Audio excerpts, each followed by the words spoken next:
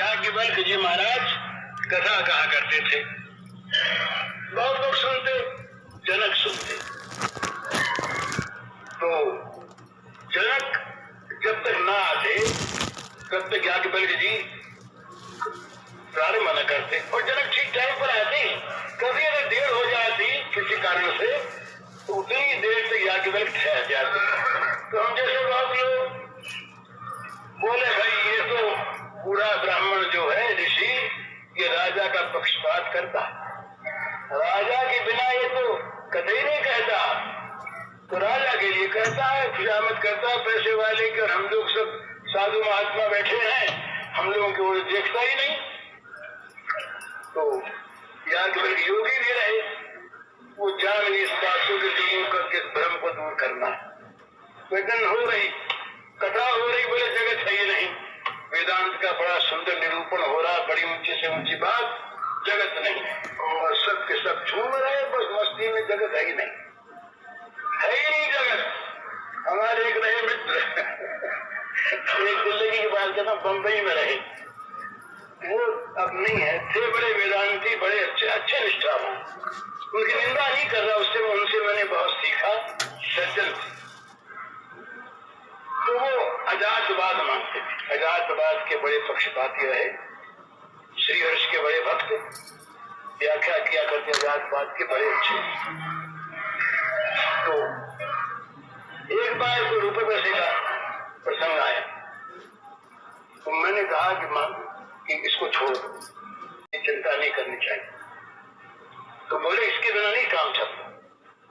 मैंने कहा कि अजातवाद है तो रुपये कौन सी बात है, मजाक में जो बड़ा प्रेम था। वो बोले कि रुपये को छोड़ दो, वो सब अजातवाद है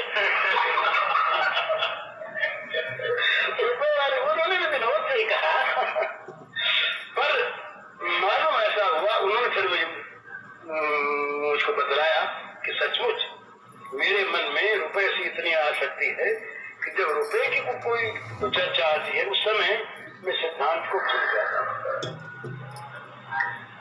तो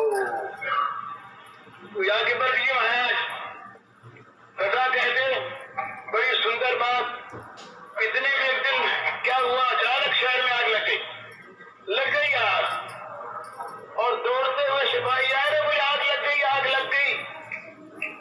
अब तो हम बैठे, हमारे मन में कौन से मोहल्ले में गया जान तोले, तो जिन्हें वो निकाल कान पकड़ हाली, विराट वाले बाहर जा रहे हैं, कौन से मोहल्ले में लगी, बोले दक्षिण वाले में लगी, उसमें तो अपने ही घर है।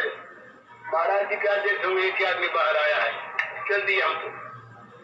ये होते होते होते सारी सभा खाली हो गई, किसी को खांसी आई, किसी को छींक आई, किसी सिर दुखने लगा, कुछ भी कारण बन जाते हैं। तो महाराज देखे हम अभी आते हैं, सभा खाली हो गई, दो एक सज्जन बचे, और बचे महाराज जनक। ये अपना कथा कह रहे, वो सुन रहे। इतने में एक सिपाही आया, उसने कहा कि महाराज के महल में आग लग गई। याज्ञवल्क्य बोले, राजा महल में आग लग गई। कहा लग जाने दी, महल में आग लगने से जनक का क्या चलता है। इतने में दूसरा आग बुझ गई, माया की आग थी, आग बुझ गई। सब लोग आकर के अपने अपने आसन पर फिर बैठ गए। बोले क्यों गए थे सब लोग, जनक तो नहीं गया। सब लोगों के समझ में बात आई कि अधिकारी कौन है।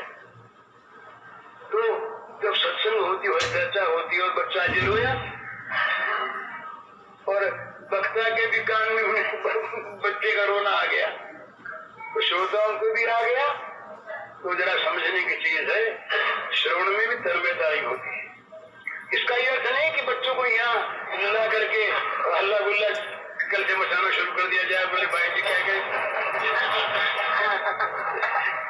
ये चीज तो अपनी साधना की है। जब हम किसी साधना में हम लग रहे हैं, उस समय बाहर की चीज पर अगर हमारा चित्त जाता है तो हमारा चित्त उसमें ठीक ठीक लगा नहीं।